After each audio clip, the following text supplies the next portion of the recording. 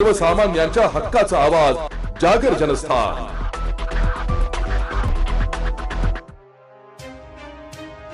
सातपूर परिसरातील नाईस कार्यालयासमोर बंद पडलेल्या वाहनातून सोमवारी घरगुती तसेच व्यावसायिक गॅस सिलेंडरचा मोठा साठा जप्त करण्यात आलाय।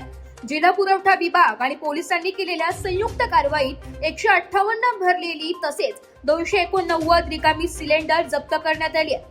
जप्त सिलेंडरचा काळा बाजार सुरू असल्याची माहिती जिल्हा पुरवठा विभागाकडून देण्यात आली। या प्रकरणी एका गॅस वितरक एजन्सीवर रात्री उशिरापर्यंत गुन्हा दाखल करण्याचे काम सुरू होते। मध्य पूर्व देशातील युद्धामुळे गॅस सिलेंडरच्या वितरणावर सरकारने मर्यादा घातल्या। अशा परिस्थितीत नाईस कार्यालयासमोर बंद पडलेल्या वाहनातून गॅस सिलेंडरचा काळा बाजार सुरू आहे अशी माहिती पुरवठा विभागाच्या अधिकाऱ्यांना मिळाली। त्यानुसार अधिकाऱ्यांनी पोलिसांच्या सहकार्याने रात्री उशिराने घटनास्थळी छापा टाकला असता बंद वाहनातील सिलेंडर दुसऱ्या वाहनात टाकून ती काळा बाजारात विक्रीसाठी नेत असल्याचं आढळून आलं।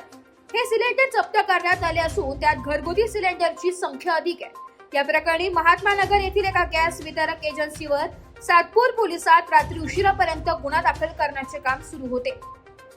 दरम्यान घरगुती गॅस सिलेंडरचा पुरवठा सुरळीत ठेवण्यासाठी प्रशासन उपाययोजना राबवत आहे। त्याचाच एक भाग म्हणून सिलेंडरचा काळा बाजार रोखण्यासाठी जिल्हा पुरवठा विभाग तसेच महसूल प्रशासन यांच्यातर्फे हॉटेल व गॅस वितरकांची तपासणी केली जात आहे। नेमकी काय घटना होती, गुन्हा काय दाखल झाला? दिनांक 16 मार्च 2026 रोजी नाशिक जिल्हाधिकारी कार्यालय व नाशिक पोलीस यांची काल संयुक्त कारवाई झाली। काल माहिती मिळाली प्रशासनाला की जे घरगुती गॅस सिलेंडर आहे त्याच्या काळा बाजारामध्ये मोठ्या प्रमाणात विक्री होत आहे। त्या अनुषंगाने जिल्हा पुरवठा अधिकारी प्रशांत सूर्यवंशी सप्लाय इन्स्पेक्टर यांनी फिर्याद दिलेली आहे। त्याप्रमाणे पोलीस स्वतः घटनास्थळी पोहोचले आणि त्यांनी जागेवरून एकूण 168 भरलेले सिलेंडर स्पेशल कंपनीचे BPCL कंपनीचे आणि 300 सिलेंडर खाली टाके असलेले व 7 वाहने जप्त केलेले आहेत। नेमकं काय सुरू होतं? त्याच्यामधून घरगुती गॅस सिलेंडर जे होते एका वाहनातून दुसऱ्या वाहनामध्ये भरण्याचा प्रकार सुरू होता आणि त्याच्यामध्ये ही रेड केली गेली आहे आणि तिथे जे आरोपी होते 7 आरोपी त्यांना पोलिसांनी ताब्यात घेतलेलं आहे। कारवाई सुरू आहे। म्हणजे हे जे सिलेंडर जप्त केले हे नियमानुसार देण्यासाठी वापरले जात होते की बाहेर विकले जाणार होते, नेमकं काय पुण्याची मोडस काय?